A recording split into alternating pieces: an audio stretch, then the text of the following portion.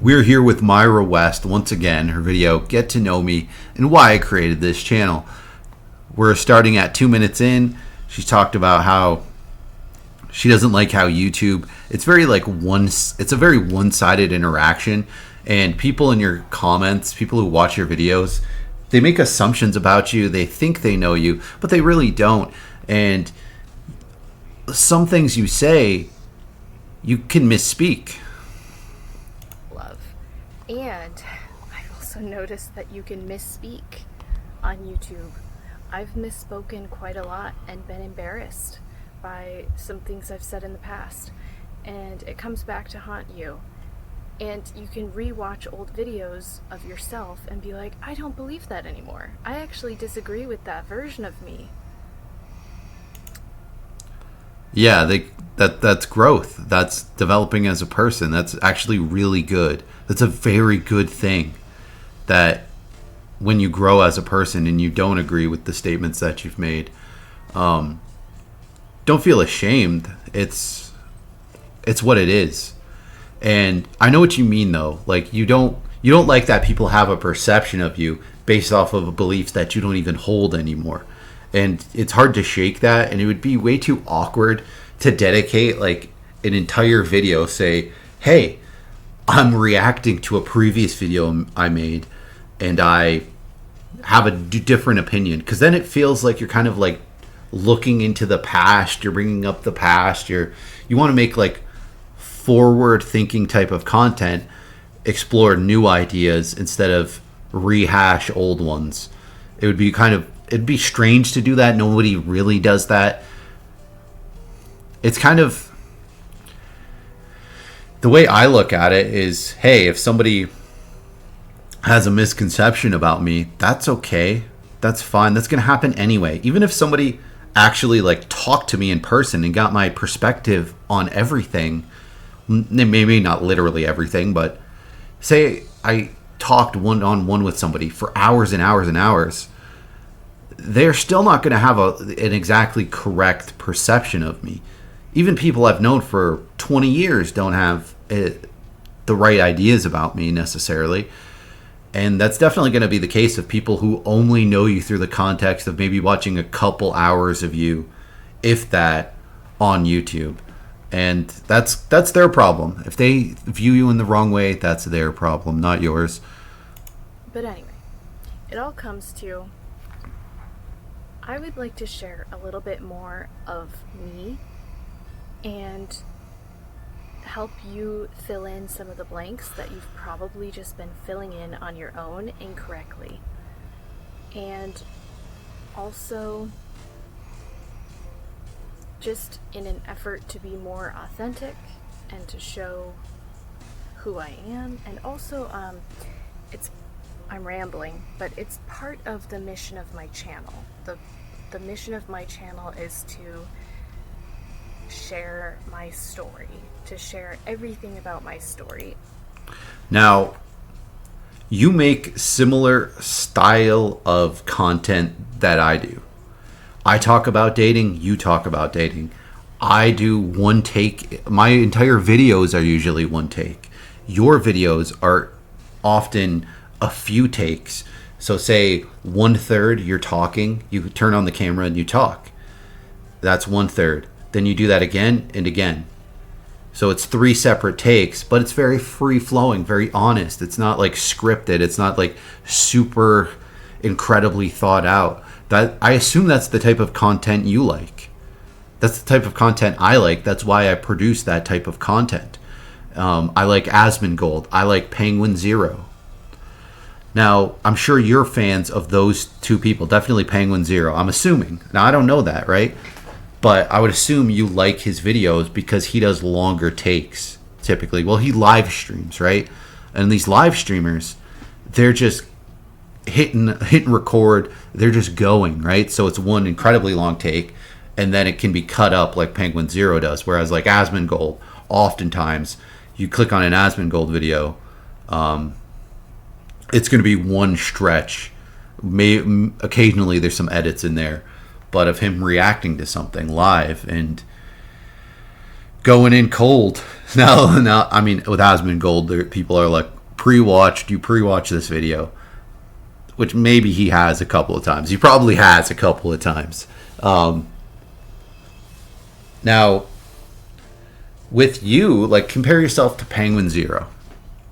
Penguin Zero, I saw a criticism of him recently that he just gives like the most middle of the road, milquetoast kind of reactions and opinions. I don't agree with that at all. Like somebody like Pokimane does that, where it's like just middle of the road, will never give any opinion about anything, doesn't want to risk offending anybody or actually taking a stance on anything, right? And I think that's fair. You're a millionaire from it, so like Pokimane is. I mean, she's a millionaire. Whatever. She doesn't want to be a brand risk ever. Whatever. That's fine. You don't have to do that. You don't have to put yourself out there at all, which she doesn't. But like Charlie, he kind of does. Like he has strong opinions about things. He puts opinions that could be controversial out there. He avoids it, but why wouldn't you? Like you're also a millionaire, and you have people who work for you, people who rely on you not being a huge brand risk. But you, Myra West, you totally put yourself out there.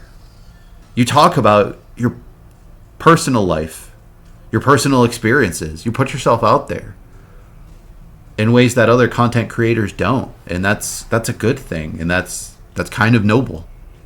As much as I can. And to show the hopeful side. Sorry, I'm gonna try to hold this better. Okay. And that's like way harder to do.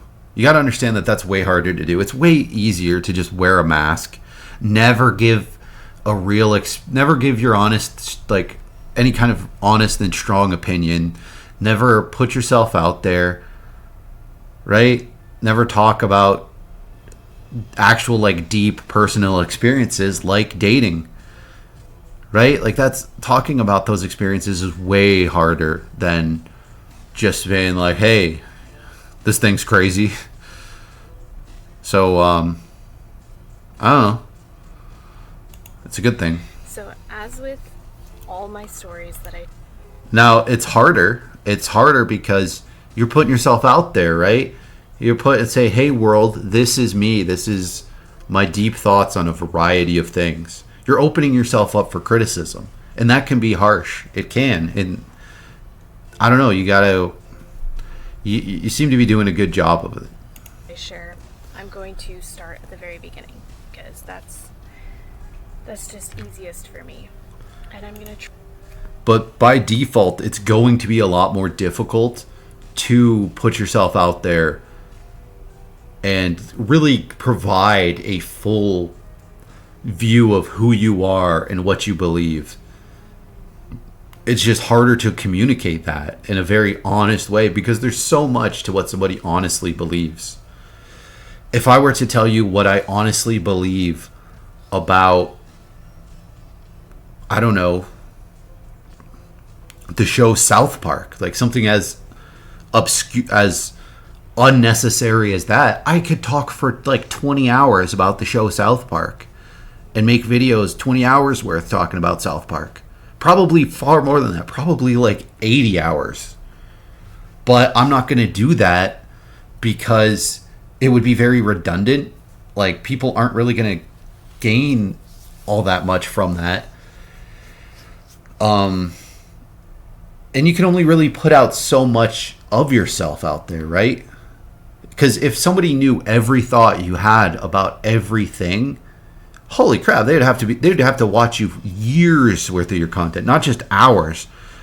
Maybe not years. That'd be absurd to watch literal years worth of content. But weeks, like, try to share the important things.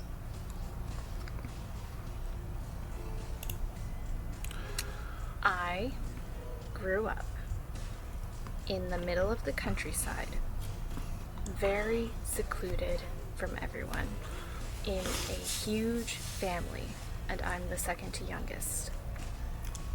the family was very heavily Christian. Very, very, very conservative. Huge families typically are. Pretty much the most conservative you can imagine. My dad was the patriarch, or I could say dictator. He made all the rules and expected full submission, and he got it from everyone. We, as children, feared him. I feared him. I was terrified of him.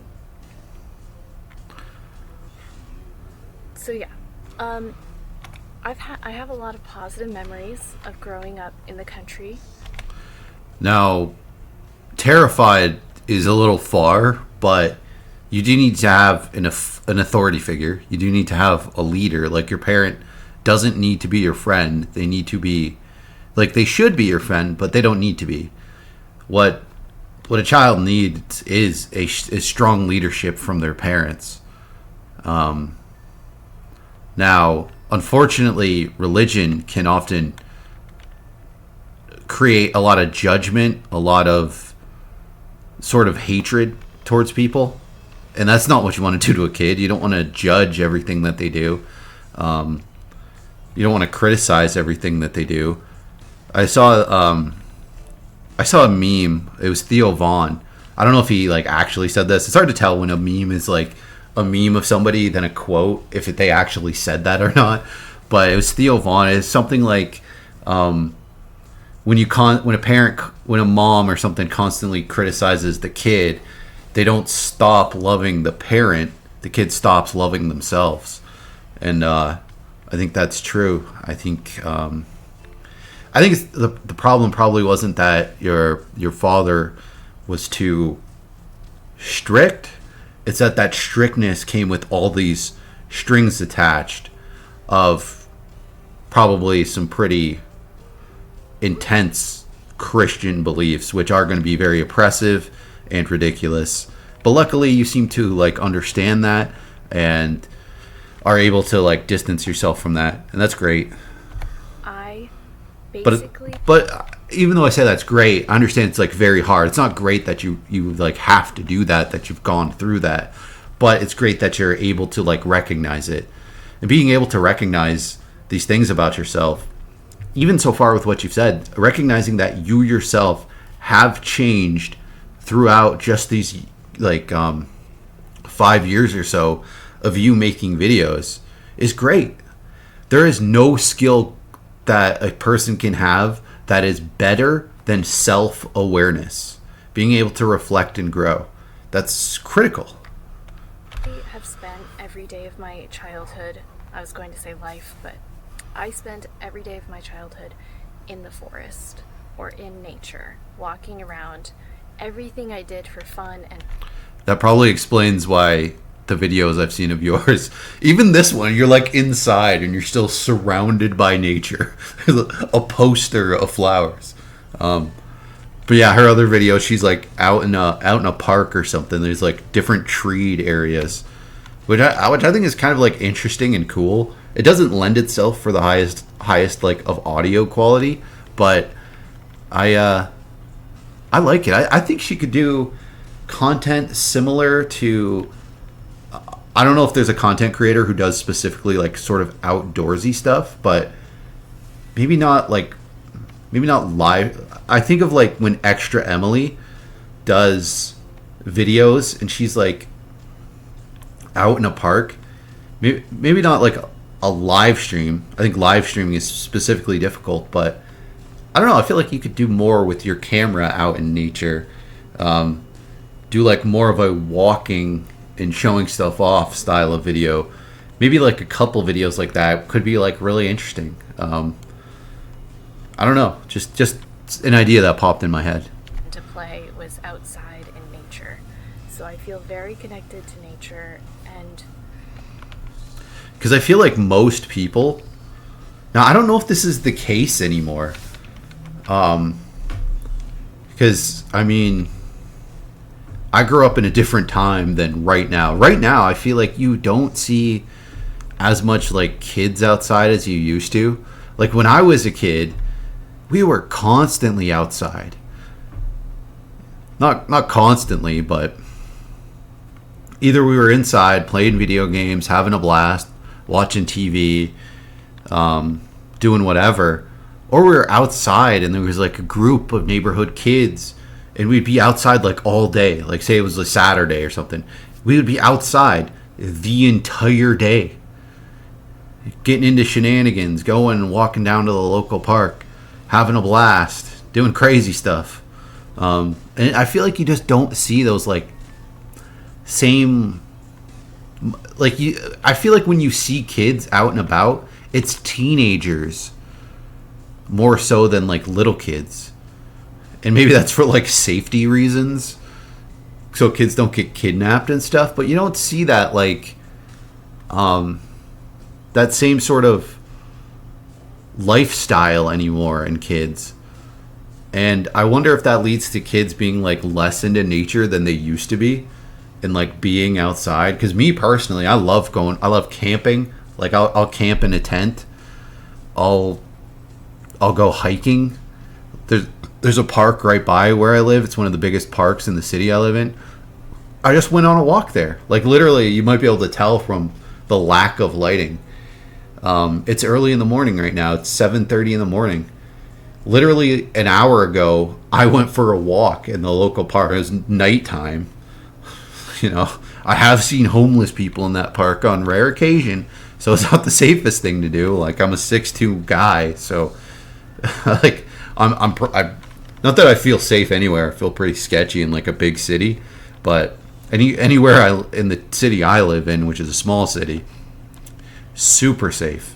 Well, not super safe, but any trouble I might run into, I'm confident that I will be able to face to face, or I'll be able to run away from. I run very fast when I want to. It's just my happy place. I'm very much still like a country girl on the inside, even though I feel like I've grown in different ways and just, I don't know. Well, yeah, I mean, you make YouTube videos, I can. So you have other aspects to you. I'm sure you watch YouTube videos.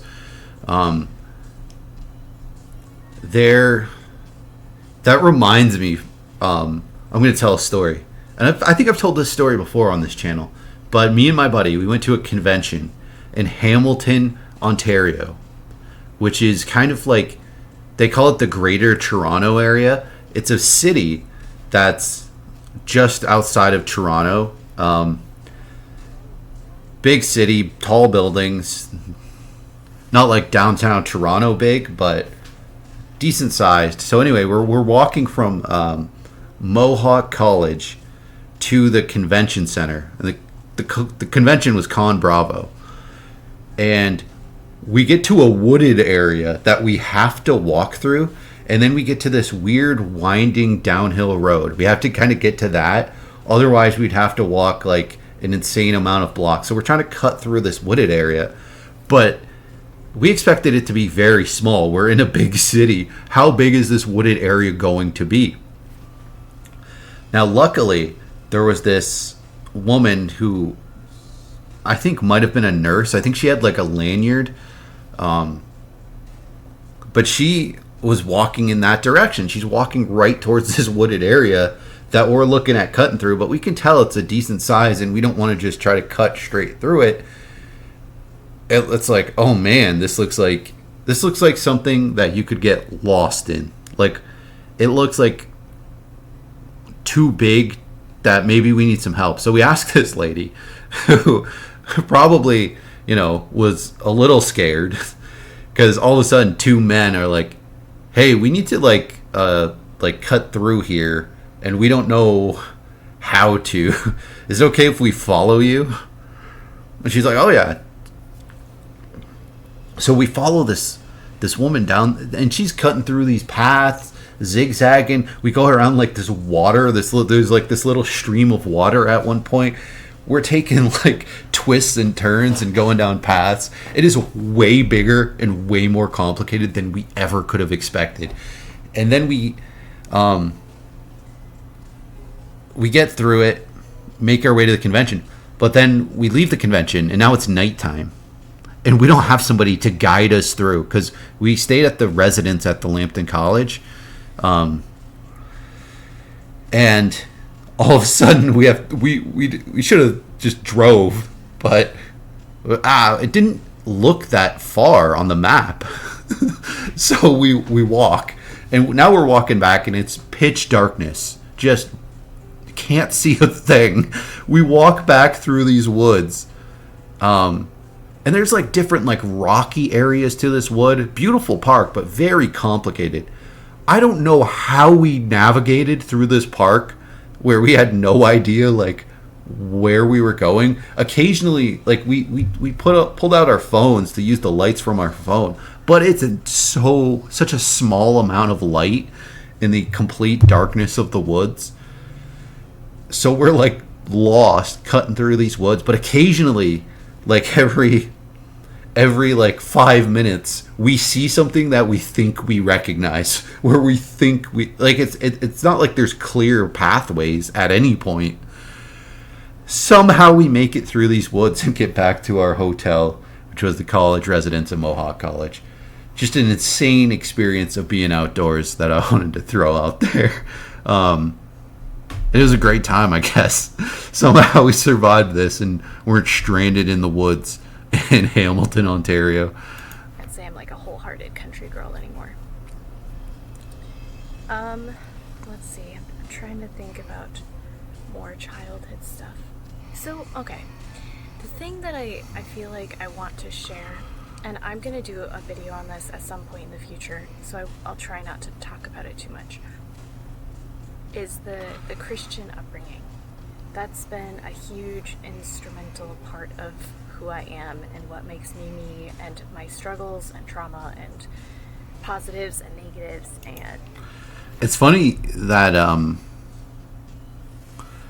that I mentioned South Park, because I grew up going to a Mormon church until I was about 10 years old. My parents are Mormon, but I would describe myself as never really being Mormon, because myself as a child, I thought, why does God have a son? Like, I understand why he'd have a son, but why would he send his son to earth to die?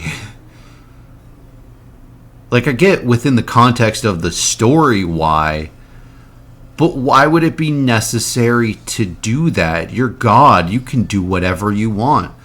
Why would you send your son to experience human death just to be part, just to like, it seems like it would be within the context of the story of just basic like Christianity, Jesus, is to overcomplicate everything, to make everything as complicated as possible in this story of yours, and just so it's so absurd and ridiculous that the only way you can properly serve this God is to buy into this absurdity that doesn't make a lot of like basically any rational sense, to then the faith that you have actually be a fully blind faith, which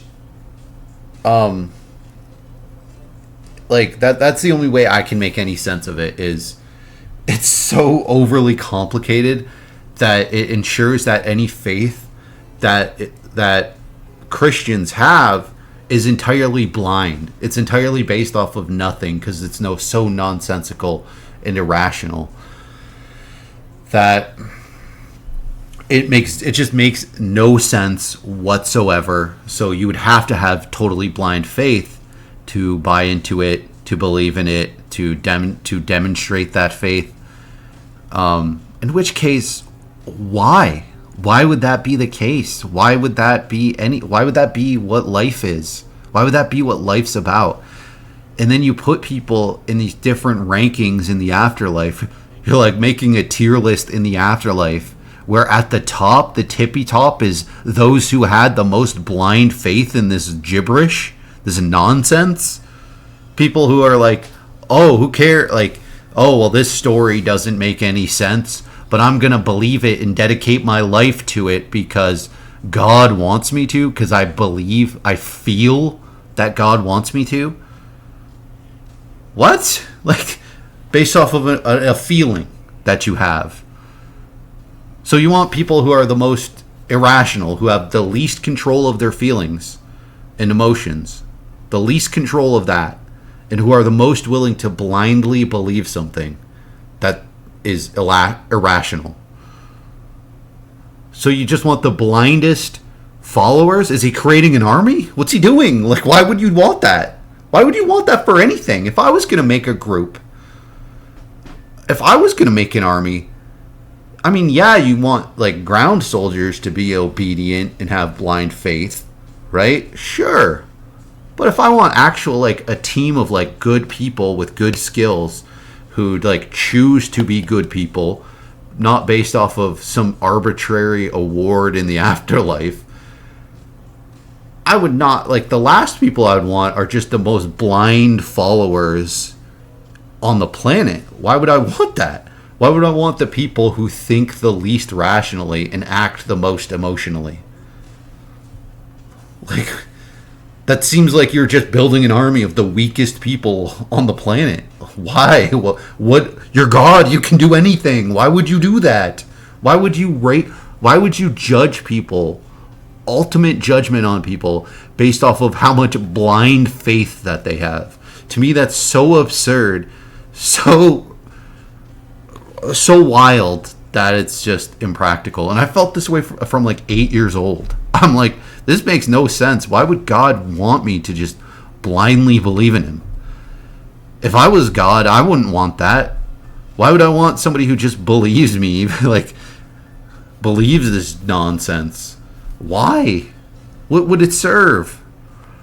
But yeah, that's kind of, I don't want to talk too much more about religion in terms of, like, that's all I'll say about my experience with religion and my beliefs. I believe that there is an afterlife. I believe that something probably did create us, but it ain't got nothing to do with Christianity or any of these other religions. A lot of my... And if a God is going to judge me, it ain't gonna be based off of some emotional belief that I have that God spoke to me. No, not at all. It's gonna be based off of, like, who I choose to be, the actions that I actually make. Like, when I choose to be a positive and good person and help other people, it's based off of me wanting the world to be full of people like that. It's not because I want some reward. A mental framework, even though I have changed so much.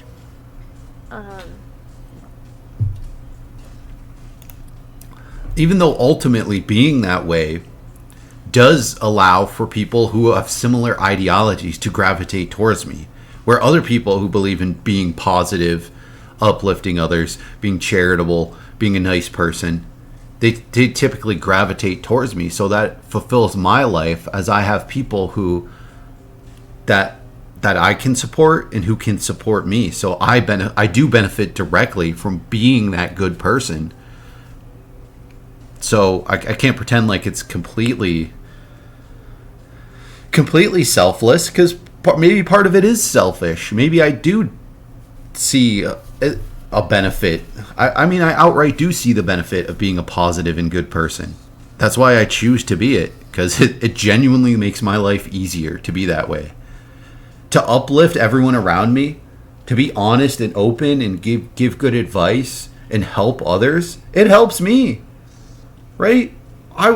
Nothing would help me more than if everyone in my life was mentally healthy, was well taken care of, was stable and financially stable, especially in today's economy. My God. And I want positive people. I want people I can have a conversation with. People who will be there for me, and I'll be there for them. Yeah, I don't know where to begin. We weren't allowed to watch TV or movies We weren't allowed to listen to any modern music apart from classical. Well, that's not modern. All right, I can't relate at all. like, now why I mentioned South Park twice. So South Park, the greatest episode of South Park in my opinion. Like objectively, it's Make Love Not Warcraft for sure. But my favorite episode is the one with the Mormon kid, where I think it was Stan starts hanging out with this Mormon kid and his family, and is being told the story of Joseph Smith. Now, I don't believe any of this like Mormon stuff, and that's kind of the conclusion of the episode. Is like, yeah, the story of like Mormonism is wild, sure, but who cares?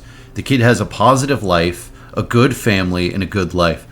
Now, Mormonism is wildly different than Christianity, right? Like, there's hardcore Mormons, right? If you're a Mormon in like the center of Mormonism in like Utah, you're gonna have some ridiculous experiences. But look at there's a reason, right? There's a reason that my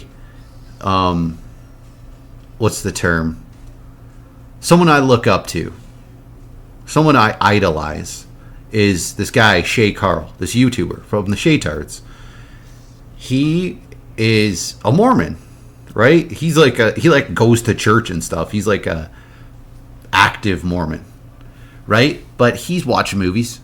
He like he lived in LA as a YouTuber, right? Like he is not somebody who lived in a religiously oppressive household.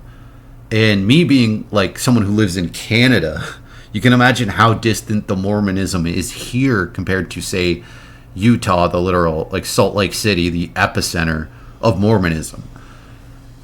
And even the Mormons in Utah and stuff, most of them aren't these like super intense people where they just live and breathe the religion. Mostly it's very flexible. Even most Christians, honestly, they're not super religious. A lot of them like don't go to church. It's mostly just the churchgoers, and not even them. Not even them really. In a lot of areas, are they super intense about it? It's just small groups that are super strict, super crazy with the religion. It's actually quite uncommon. So for me personally, I watched horror movies as a kid, which show like nudity and stuff. I experienced literally in my church. We like celebrate Halloween. We have like I remember going to like church Halloween things where people are dressed up in scary costumes at the church. You know, like it's religion varies so much in its oppressiveness. So what you experience, Myra, is terrible, awful. It's very unlike what most people experience with religion. Yeah. That sounds awful, because I would be a drastically different person. I love horror to this day. I can't wait for Terrifier 3 to come out to go watch that, because that will be awesome. I hope you watch movies now. But yeah, we could only listen to classical or bluegrass music. Not even Christian rock. Not even Christian rock? Wow. Is it a gateway drug? That's ridiculous. I grew up wearing skirts and dresses, usually to my ankle, and loose shirts. Like, I was tiny and I would wear like large or extra large shirts. My sister and my mom wore head coverings because that's how conservative we were. I grew up in the IBLP. What? Head coverings? Head coverings. There are Christian head coverings? I didn't even know that. Which is the Institute of Basic Life Principles, and it's led by Bill Gothard. There's a documentary about it called Shiny Happy People that you should check out if you want to learn about my background, or just go on YouTube and do some research. I have found that to be mostly traumatizing in the sense. There's way too much in that, actually, but I think you should just do some research. If you're curious, do some research and learn about how people become, like, messed up for life from it. It messed up my view of the world, my understanding of the world. I recommend that you watch some videos of Shay Tards. That's kind of what I was talking about like a guy who's literally a Mormon who is, you would never expect that he's religious unless you talk to him and he like came up. You'd be like, oh, this guy's like this OG YouTuber, very goofy guy, very inappropriate a lot of the times, very not maybe not anymore now that he doesn't make a ton of content. But years ago, he was on like the cutting edge of like the technology and stuff. Especially when he was still doing collaborations. When he was like living in LA, you'd be like, "Oh, this guy." You'd never think he's religious. It messed up my understanding of men, women, relationships, and why I say you should watch it dynamic. Is because.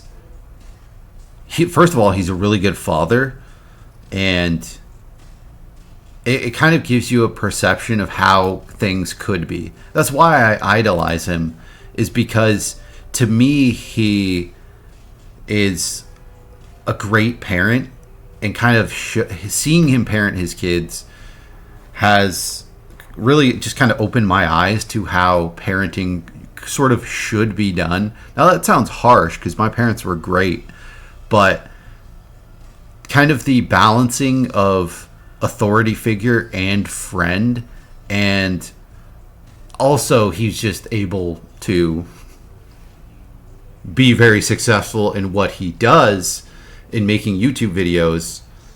And some people say, oh, it's exploitative to like show your kids in YouTube videos, whatever. But him doing so allowed him to spend a ton of time directly with his kids and be a really great parent, right? Now he wasn't and it's because he was able to be their friend and be their parent. He had time to do both, and he was really good at it. But again, this is a guy who fundamentally believes in the Mormon religion, and that's I don't know. It's just very eye-opening for me and life-changing to see what like an ideal life is. Mix and like, I was raised to be a good, submissive, meek, quiet wife, and I was told that that's what I want. When there's so much to this, I'm not going to do it justice, but. Basically, growing up out of it after. Now, men want, I would say, meek, maybe. Mild, no. They don't want mild. They want like an element of meekness, but they want a fiery woman. They want a woman who's funny, who is going to make them laugh, who's going to be a great time, who's going to be, willing to go out and do stuff and participate in stuff and sort of like help them grow as a person, right? Like if I'm in a relationship with somebody, I want them to like challenge me a little bit, hold me accountable. I had that once in a relationship, and it was great. I loved it. I'm like, yeah, you're right. I am wrong about that. I was wrong about that because I thought this and that about that. And hey, turns out I was wrong. And I remember saying, I love being wrong because that means that I'm learning something. So, like, religious weirdo men like your father, they want somebody who's totally just submissive, a nothing personality of a woman who's just going to go along with whatever they say. But any kind of actual, like, quality man who wants a strong relationship based off of, like, mutual respect and equality, I guess, is going to want somebody who, like, challenges them, somebody who's got some, like, fire to the personality, somebody who's going to, you know, has a sense of humor, is going to be making jokes, is going to be willing to be adventurous, right? Moving out at 19, I had to, like, look at Shay Carl, right? I'll bring him up again. Think of his wife Colette. She went through this journey of, hey, let's do something that's literally never been done on YouTube before. We're going to start making videos. Well, first he started, like, making, like, weight loss videos. But even that, he dedicated time to it. Like, he took time out of his life, and at a time where being a YouTuber wasn't even really a thing. He never knew he was going to make a dime off of this, right? But maybe on some level he did. Maybe on some level he thought, hey, this could work. This could become a thing. I don't know. But at first, he was just making these weight loss videos. And then he starts making videos and he's, like, showing his family, right? And at first, he got very small viewership. Very, very small. And he was putting time in this, right? A guy who at that point had 3 kids. At this point, he's got 5 kids. But he had 3 kids. And he worked. And on top of that, he dedicated time to put himself out there on YouTube, in early YouTube, when it wasn't necessarily a career. It wasn't necessarily something that was ever going to make him a dime. Now, he ended up making millions and millions of dollars. But at the time, think about how supportive his wife was to allow him, I guess you could say, to be open to this whole idea of, let's put the family out there. Let's dedicate our time to doing this. Right? Like, that kind of shows a level of support from his wife, but also a level of being adventurous and risk-taking and putting yourself out there in a way that just literally had not been done before on YouTube.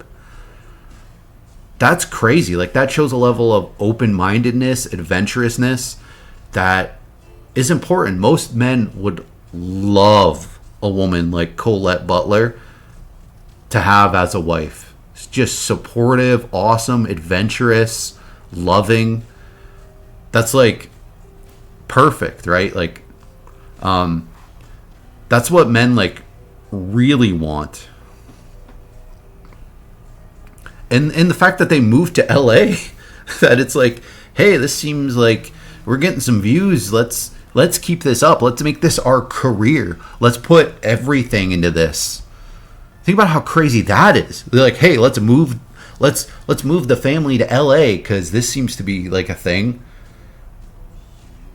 And then they literally started a multi-channel network, right? Like, they started a multi-channel network that eventually would have, like, people like Snoop Dogg come in, right? Like, they this really big thing is called Maker Studios that they sold to Disney for, like, over $500 million. But again, all the steps that led there were big risks and required a large level of open-mindedness, adventurousness, innovation, doing stuff that hadn't been done before. That's what men want. That's what quality men want. Not these garbage men who want this, like, subservient wife. unlearn everything and then relearn it again, mostly as a young adult. I'm